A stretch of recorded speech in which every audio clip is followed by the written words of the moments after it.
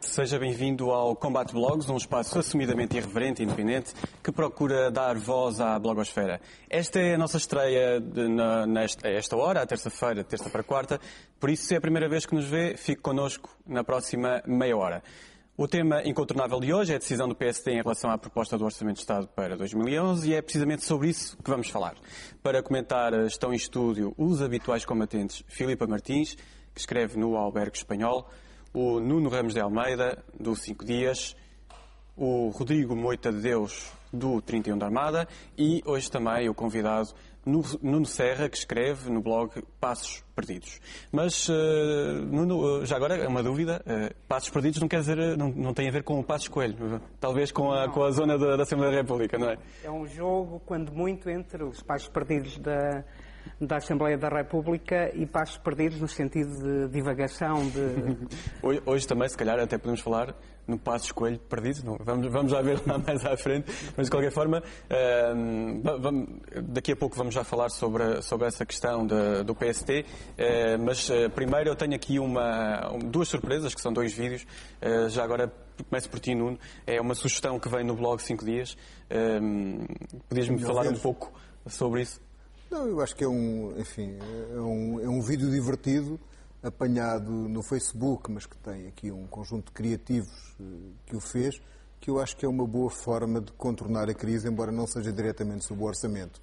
Mas acho melhor ver a surpresa e não falar muito sobre ele. Fica aí, é um vídeo muito curto, não perca todos os pormenores e veja só a mensagem subliminar. O Canadá é a terra dos ursos. Os ursos comem salmão. Apanhar salmão significa apanhar dos outros ursos. Apanhar fica difícil. Vida difícil trouxe-me a Portugal. Portugal deu-me um emprego na função pública a controlar parquímetros. Parquímetros estão cheios de moedas. Moedas é guito. E guito é mel. É mel. A dar de comer aos ursos desde 1900 e troca ao passo. Nós aqui não estamos a conter os risos, espero que lá em casa também tenham gostado. Se não viu o vídeo, se quer vê-lo novamente, pode vê-lo no nosso Facebook, em facebook.com/combateblogs. Mas o vídeo mais marcante da última semana, eu acho que o vídeo mais marcante da próxima semana vai ser este que nós passámos, o vídeo mais marcante da última semana foi criado pelo 31 da Armada e serviu para apontar as contradições de José Sócrates.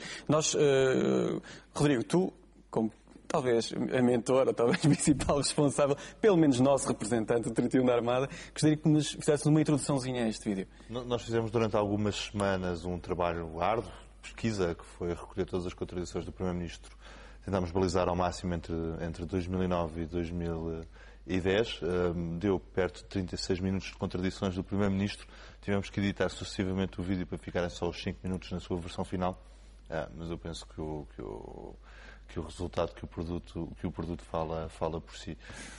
Nós temos uma frasezinha que é: Sim. O Primeiro-Ministro, no debate que teve na Assembleia da República, respondeu à deputada dos Verdes, Luísa Apolónia, com a seguinte frase, que eu acho que devíamos levar como, moral e colocar-lhe na placa, que é: as pessoas, não é de levar a sério as pessoas que se dizem e desdizem em qualquer ocasião. Eu acho que ele tem toda a razão. Já agora fica essa... Depois... Às vezes sempre o Primeiro-Ministro meio desconfortável, portanto temos...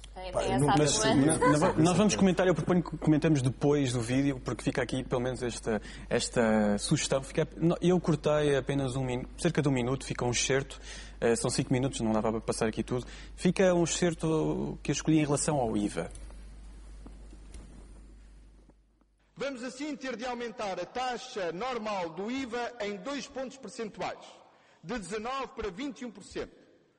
O Governo decidiu baixar o IVA em 1%, de 21% para 20%. Não é para aumentar impostos.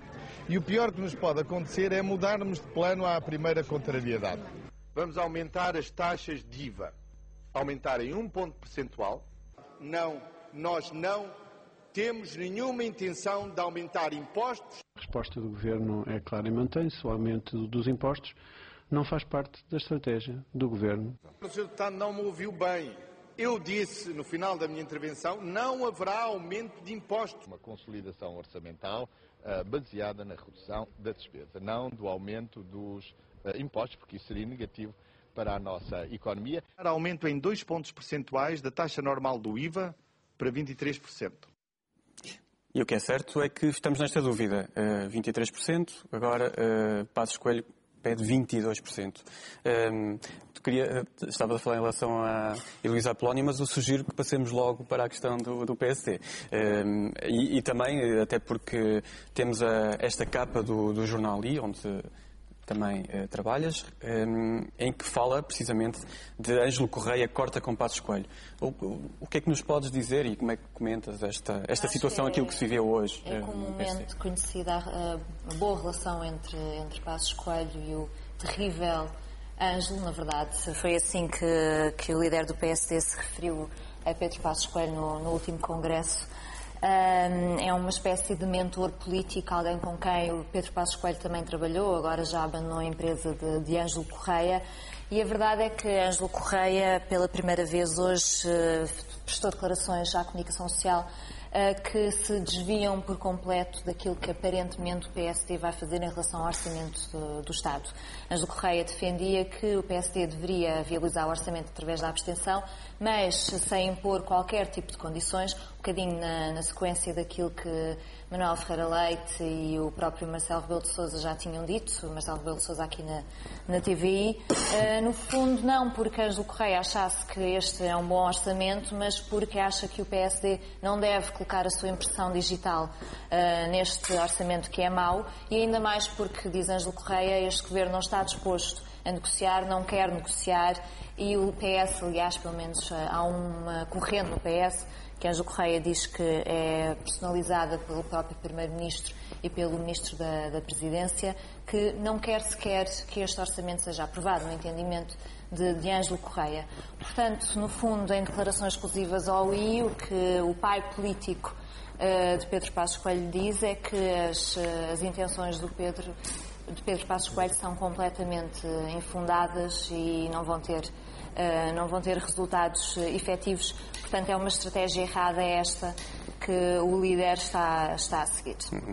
Eu aproveito e vou agora para o Nuno Serra. Já agora, muito obrigado, Nuno, pela sua presença. Há pouco já falámos sobre o seu blog.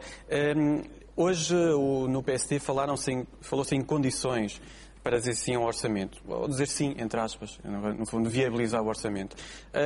Como é que vê estas propostas? Por exemplo, aumentar o IVA, mas apenas 1%, para 22% e não para 23%, em relação, por exemplo, ao fim das parcerias público-privadas, cortes, não ao corte das deduções fiscais. Portanto, há aqui várias soluções. Na sua perspectiva, o que é que achas sobre isto? Bom, eu acho que isto é a continuação de uma estratégia que aparentemente será a de queimar o governo e José Sócrates em lembrando. Eu receio que seja justamente ao contrário.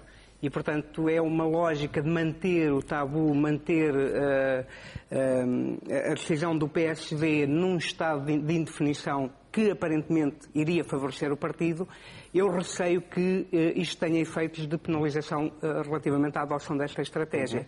Nomeadamente, eu penso que uma boa parte do eleitorado concorda ou não com a pressão que existe sobre o Orçamento de Estado neste momento, por parte dos mercados financeiros, e verá nisto, de facto, um prolongar de uma situação de indefinição que, na lógica que temos assistido desse ponto de vista, não favorece uma resposta que eventualmente pudesse acalmar os humores instáveis do mercado.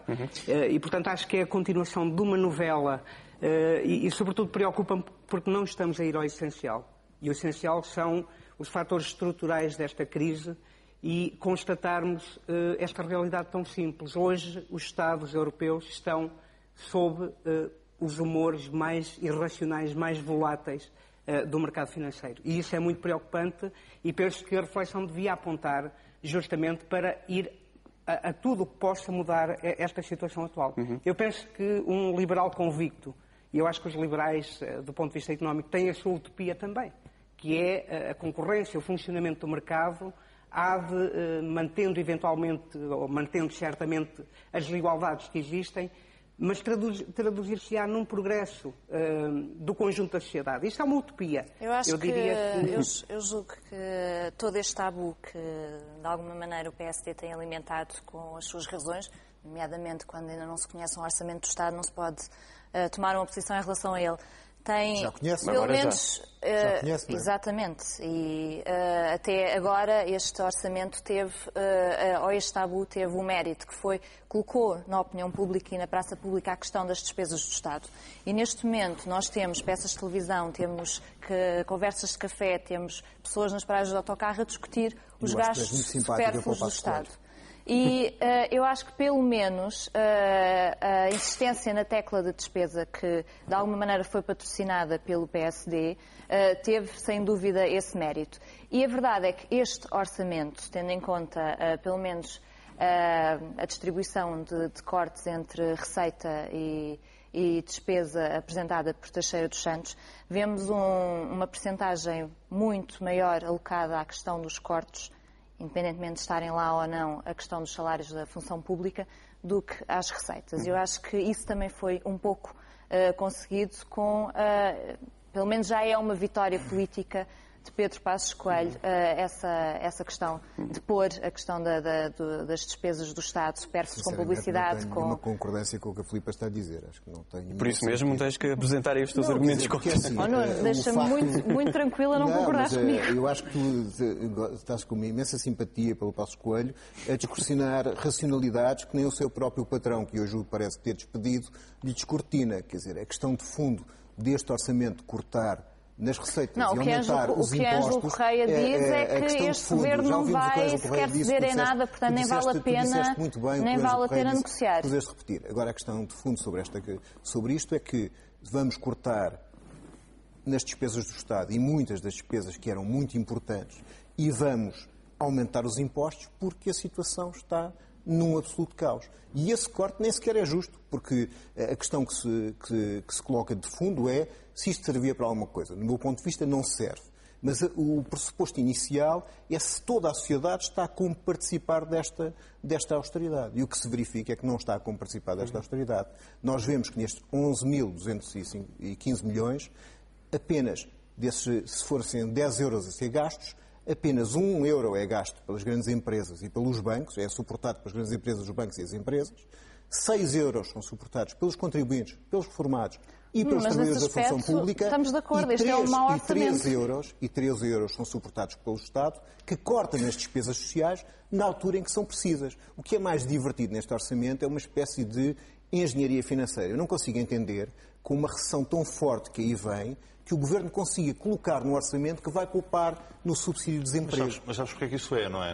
Do poupar no subsídio de desemprego. Durante 6 anos estiveste a engordar um Estado, que hoje em dia significa mais ou menos 70% do PIB, 70% do PIB, à conta de chavões... significa 70% do PIB? Sim. Direta e indiretamente. São 70% do PIB, da riqueza produzida pelo país. De onde é que vem essa fonte? É porque não há nenhum... É a primeira vez que faz este número.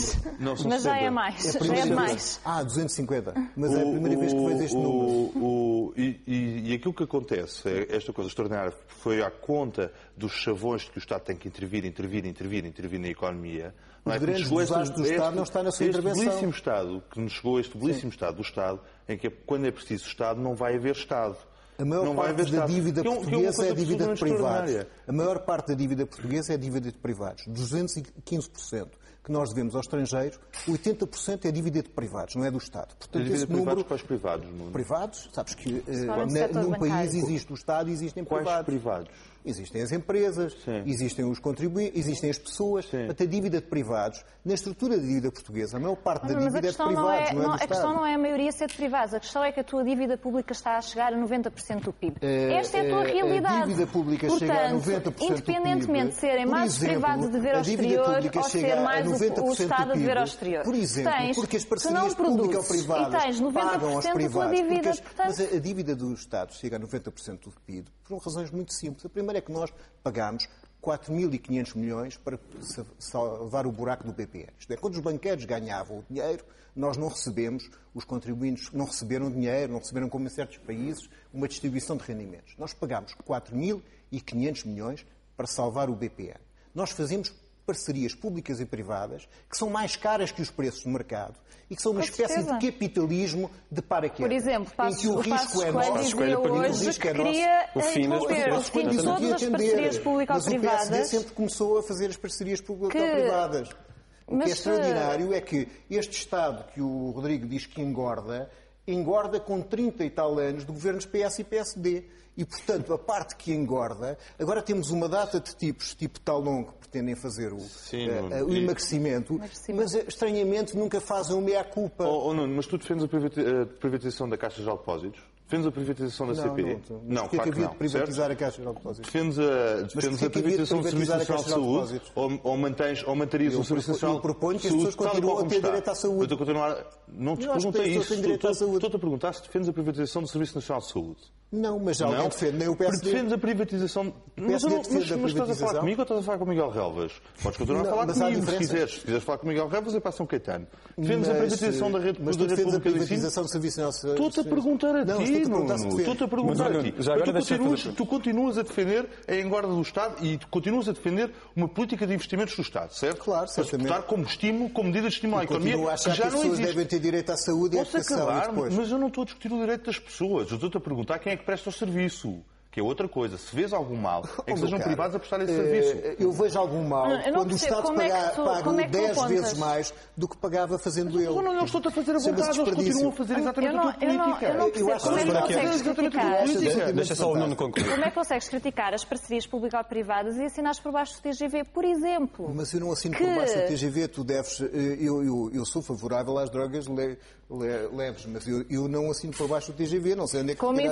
Como investimento público, como necessidade, na verdade, a esquerda defende o TGV como escatólogo da Nossa Senhora. Como embora esteja um bocado grande, não sou ainda à esquerda toda, não estás a falar comigo. Eu estou apenas a dizer o seguinte. Eu defendo o investimento público e acho, aliás, como a macroeconomia explica, qualquer tipo de economia te explicará, quando estás em recessão, não fazes consolidação orçamental. Nunca se faz. E o investimento público serve em momentos de crise para manter a economia a funcionar e não cair numa recessão ou numa deflação, que seriam casos graves, como a gente vai cair no caso de uma recessão. O que eu te estou a dizer em relação ao investimento público que eu defendo é aquele que é reprodutível, é aquele que vai acrescentar mais riqueza e que vai mais gente a trabalhar. E não é obrigatoriamente o TGV, porque está por provar... que o TGV tem essa com dinheiro? Acabou-se o dinheiro, acabou-se a festa.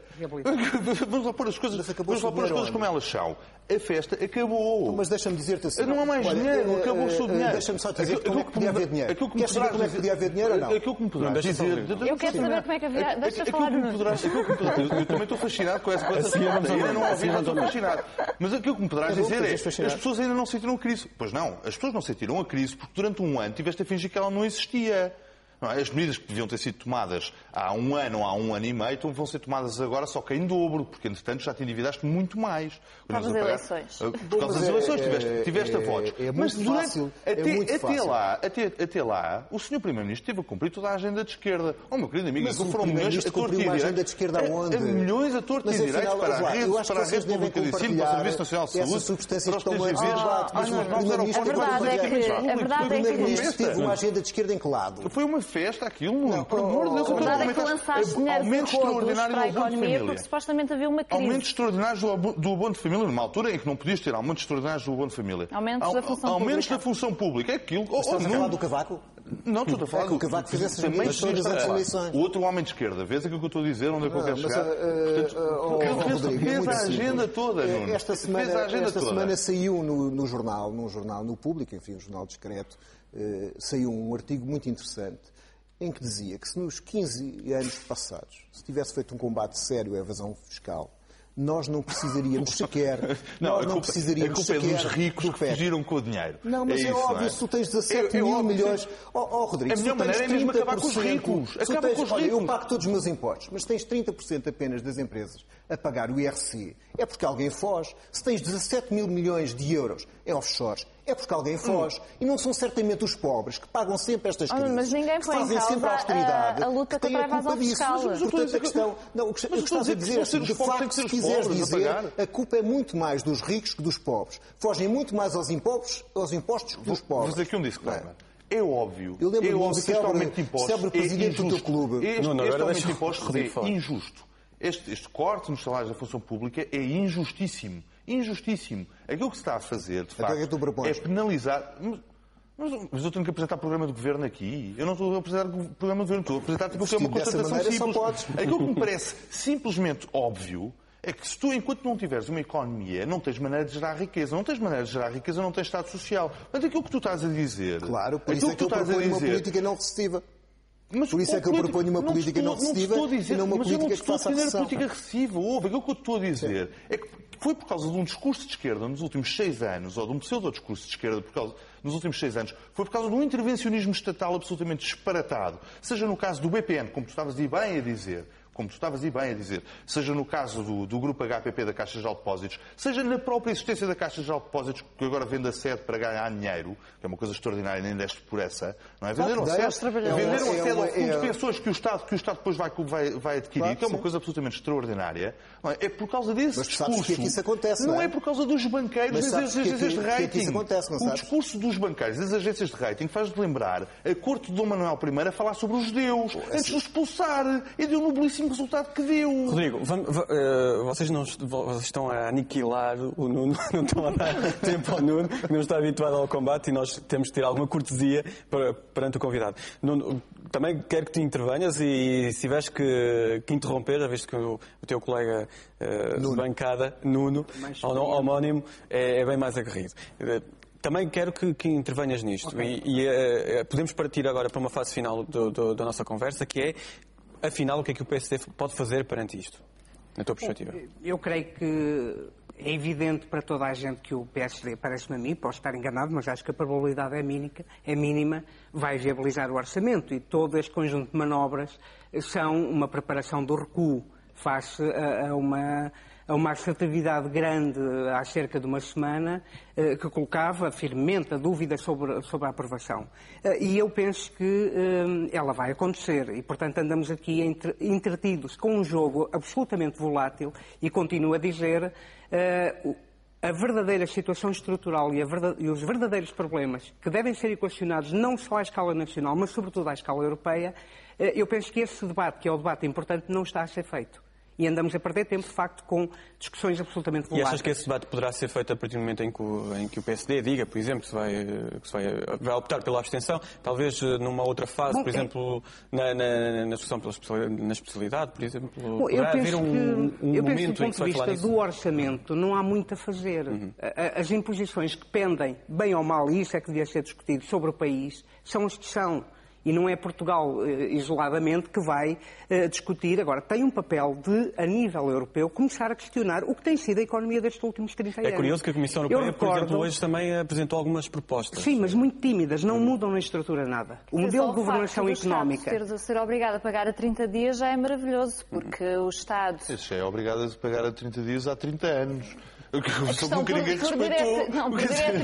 Por diretiva europeia nunca, Rodrigo. E a verdade é que tu neste momento tens o Estado a pagar a 6 meses... Por diretiva europeia nós não podíamos ter um déficit acima dos 3%.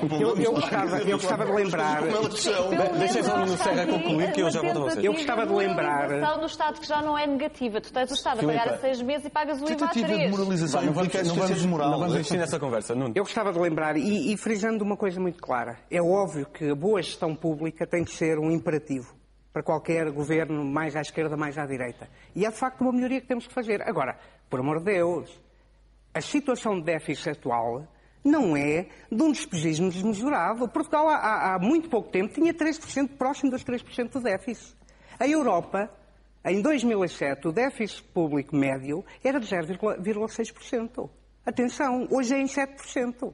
Portanto, esta obsessão pelo déficit é um caminho absolutamente desastroso. Eu acho que é mais uma opção pela incapacidade de Portugal cumprir os seus compromissos assumidos nos próximos 10, 15 anos. É mais essa opção. Esta opção absolutamente doentia pelo cumprimento. E a incapacidade de Portugal poder ou não pagar as dívidas. Bom, mas isso sabemos que é fruto de um mercado absolutamente especulativo. Eu ontem, de passagem, ouvi uma notícia, já não me recordo em que canal, em que se dizia mais ou menos isto. Bom, os mercados já poderão começar a fazer uma avaliação mais benéfica dos juros da dívida soberana portuguesa, porque o orçamento poderá vir a ser aprovado. Mas atenção, porque ainda não há resposta do PSD. O que é isto? Mas é isto que nos governa? Porque a grande questão é esta. Neste momento, os Estados europeus estão a ser mandados pelos mercados financeiros. Porque não há um modelo de governação económica europeia. A partir do próximo ano, o teu orçamento vai ser condicionado pela Europa. Portanto, mas a Europa podia ter outra orientação. O problema é esse. Os senhores é que pagam a festa. Mas vamos lá pôr as coisas mal no chão. É óbvio que eles é que mandam. Se os durante não pagam a festa, mas tem um disparate total. O problema é se a Europa se quer ou não afirmar do ponto de vista económico. Emissões de dívida quase semanais. Tu não tens exemplos. Tu não tens dinheiro para pagar os ordenados da função pública. Eu dar-te-ei 2 exemplos do disparate total. Tu não tens liquidez, tesouraria. Deixa-me dizer que é sobre isso que eu quero falar. É sobre isso que eu quero falar. Para mais 2 ou 3 semanas. É sobre isso que eu te quero falar. Neste momento o que acontece, o BCE não paga, segundo o tratado, não pode diretamente financiar os Estados em questão de crise. Então o que o BCE, deixa-me acabar, o que o BCE faz é empresta aos bancos portugueses a juros de 1%. Por sua vez, os bancos portugueses emprestam ao Estado português a juros de 7%. E quem é a garantia do empréstimo do BCE aos bancos portugueses? É o Estado português. Porquê que não pode o BCE diretamente financiar? Porquê que não pode diretamente o BCE financiar o Estado? Não seria muito mais lógico, já que é o Estado que faz o garante? Tu estás a fazer emissões de dívida pública quase numa base semanal. Claro, porque elas estão a juros muito elevados. Esta é uma política completamente suicidária que dá coisas deste género. Coisas deste género. Esta política é absolutamente o que comprámos ontem. Bem, obrigado pela vossa presença. Esta discussão não tem fim e acho que vamos continuar a falar na próxima semana sobre isto. Vai continuar. Foi assim mais um Combate Blogs. Não perca a atualização das notícias à hora certa. Nós regressamos na próxima semana, acho que com este tema também. Muito boa noite.